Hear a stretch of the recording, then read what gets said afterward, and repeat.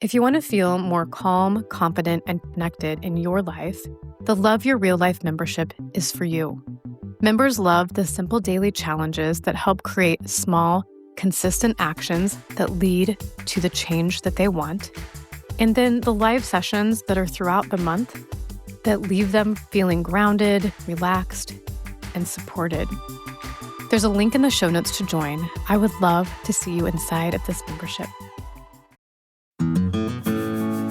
Welcome to the Love Your Real Life podcast.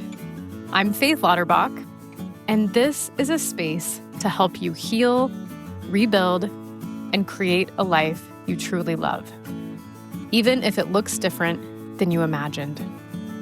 Each week, I'll be sharing tools, encouragement, and real conversations about what it means to move forward after betrayal, heartbreak, or simply life not going as planned. I am honored to walk alongside you and help you love your real life.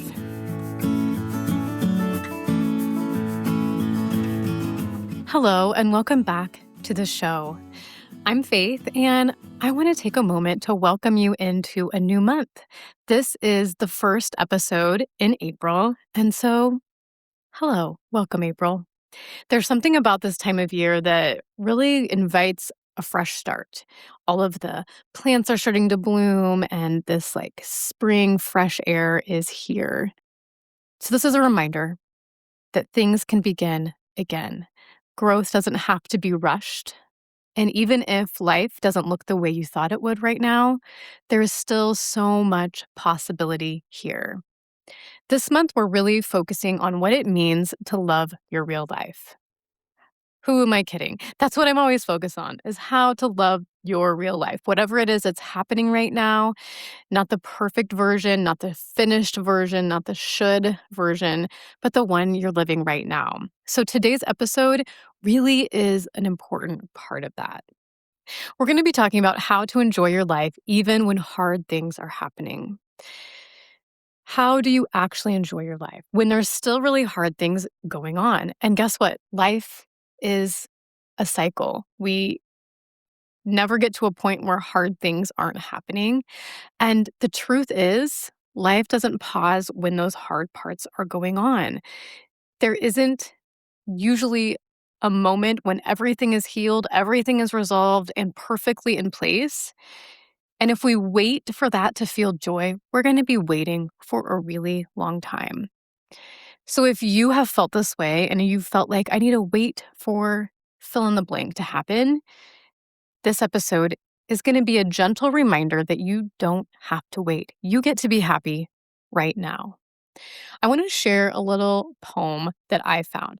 I share a lot of poems in my yoga classes, and I collect them when I see something that really speaks to me, and I find the perfect time to use it. And I found this one that is by Donna Ashworth, who I use her poetry a lot. Just she's very inspiring and I love the way she writes. But this poem she wrote is called Joy Chooses You. Joy does not arrive with a fanfare on a red carpet strewn with the flowers of a perfect life. Joy sneaks in as you pour a cup of coffee, watching the sun hit your favorite tree just right. And you usher joy away because you are not ready for her. Your house is not as it should be for such a distinguished guest. But joy, you see, cares nothing for your messy home or your bank balance or your waistline. Joy is supposed to slither through the cracks of your imperfect life. That's how joy works. You cannot truly invite her. You could only be ready when she appears and hug her with meaning because in this very moment, joy chooses you. Oh, isn't that so touching? I just love everything about that poem and what a great reminder for us all. So, today, as we talk about that, we're going to go through a couple different areas on how to create that, how to remind ourselves and get into the habit of embracing joy even amongst the hard things. So, the first thing is normalizing the fact that hard things are part of life. I think a lot of us believe, without really even realizing it, that enjoying our life means that everything has to feel good. If something is out of place, how can it be right? But real life doesn't work that way. One of the most important things that I learned on my own healing journey was that two things can be true at the same time, and sometimes more than that. So we can be healing and still hurting. We can be moving forward and still grieving. We can be building something new while parts of our life feels uncertain still. And sometimes that can feel strange. It can feel strange to hold two dualities at the same time. But you are allowed to experience joy even when life isn't perfect. Another thing that I think people struggle with, I know I have before, is I'll be happy when. This can keep us stuck. I'll feel better when this is over. I can enjoy my life when things calm down. I'll be happy when fill in the blank, fill in the blank. But I believe that that mindset is actually what keeps a lot of people from being disconnected from the life we're living right now. If you're constantly postponing joy, happiness, then you end up missing the life that's happening right here. And I'm not saying to ignore the hard, not at all. We need to fully feel all the feelings. I'm not saying pretend everything is fine because probably it's not. you know, that is part of this human experience. But I am saying to consider what if you allowed both? Two things can be true at the same time.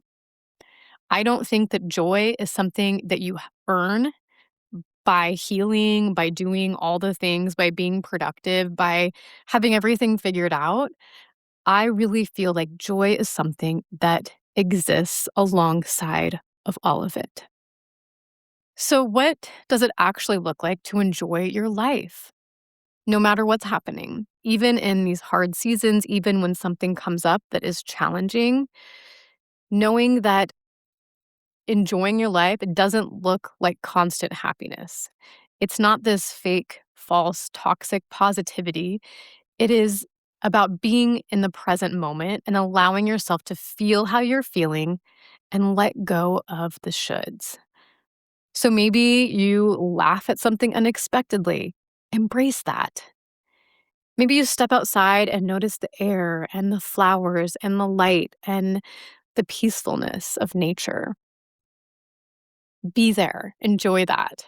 Maybe it's having a conversation, where you feel like yourself again. If you've been struggling with something, just embrace that. Allow it. Maybe it's just making a cup of coffee, taking that first sip. I feel like that's the best way to start the day. Enjoy these small moments. Just know that it is okay. We don't need to escape our life to be happy. We need to learn to be present inside of it. Sometimes it's as simple as asking yourself, what would feel just a little bit good right now? What is going to make me smile? Or maybe it's just embracing when you do smile and just having that gratitude for that moment. As we think about maybe some gentle ways to shift our mindset, instead of asking yourself, how do I fix everything so I can finally enjoy my life? Or what needs to happen to make everything okay? If we shift that question to just how can I support myself today? Inside of the life I'm already living, how can I support myself today?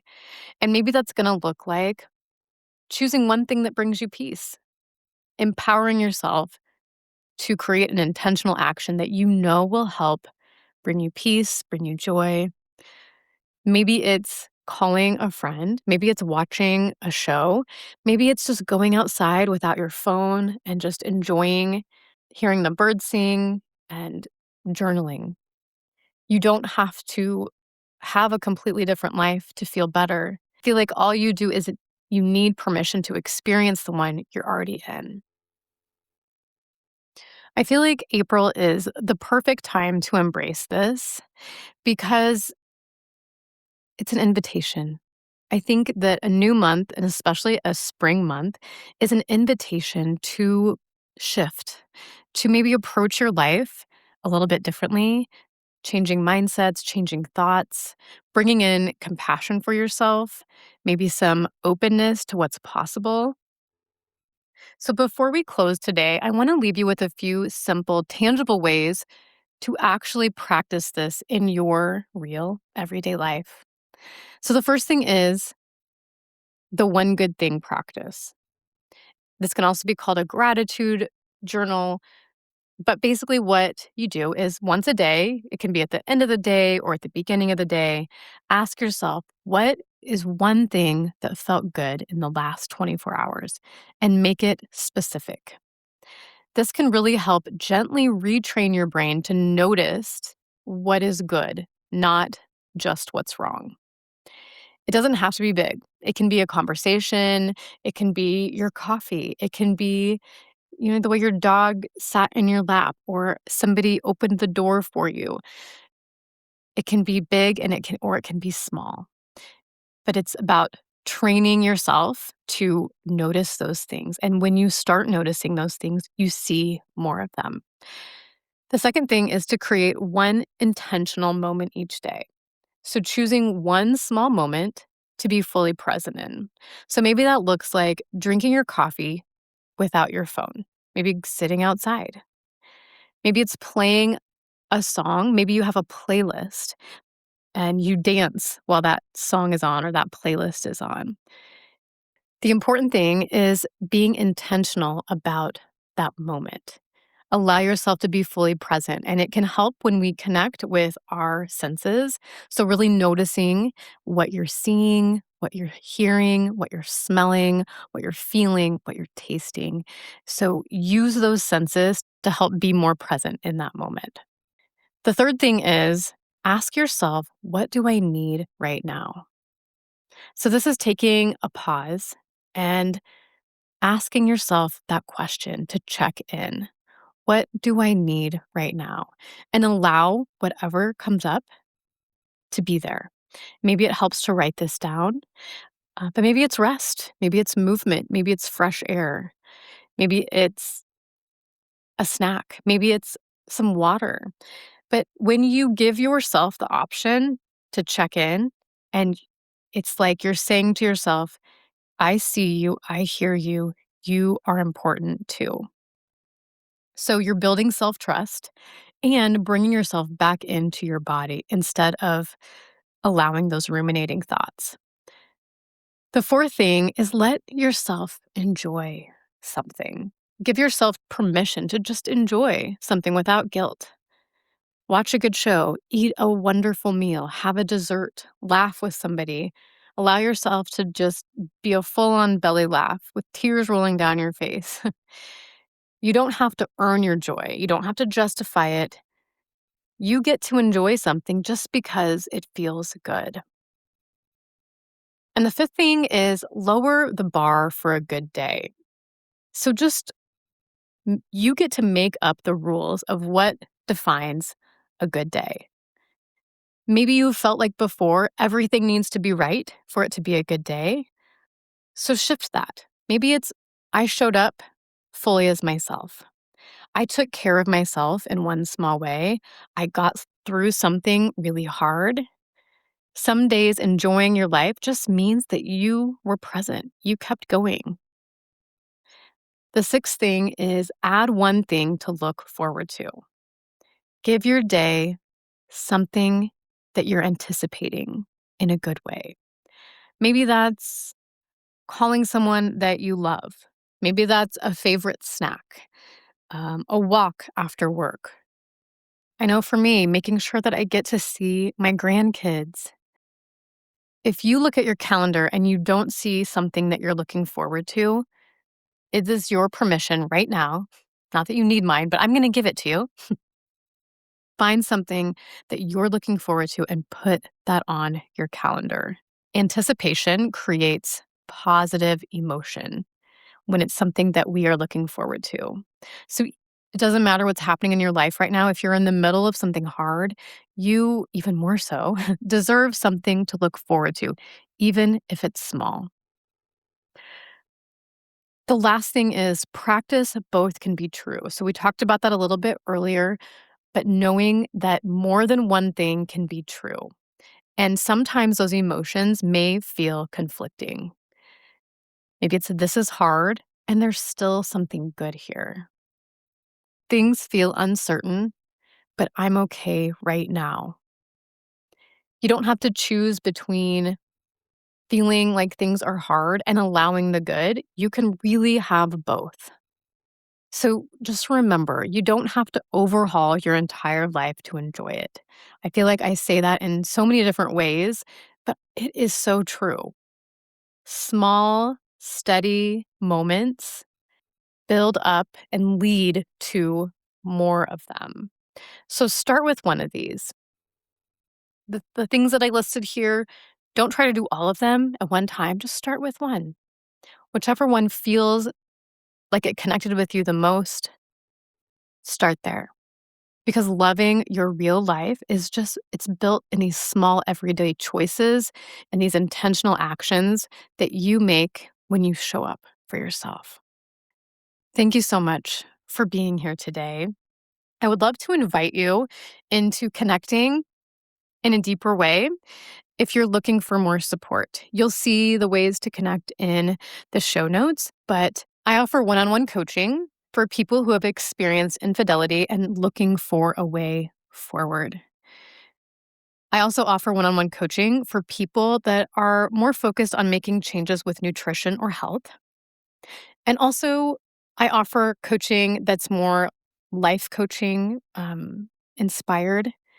So, those are kind of my three different areas of coaching. If that sounds like a good fit to you or you want to learn more, check out the link in the show notes on my coaching. I also have a membership called Love Your Real Life. Inside this membership, you'll find tools, practices, and community support designed to help you stay steady, grow with intention, and keep loving the life you're building. There's weekly live sessions where we do yoga and meditation. You'll have a daily intentional action that helps you in a small way to support your life. There's workshops within that membership, some help with meal planning, all kinds of things. And then I also teach yoga. I teach yoga in person a couple times a month. And so you can find all that information about connecting in those ways. Of course, I'd love for you to follow me on social media and just reach out if you have questions or want to ask me about something or want more information about something. I'm an open book. Let me know. All right. Thanks so much for being here, and I will talk to you soon.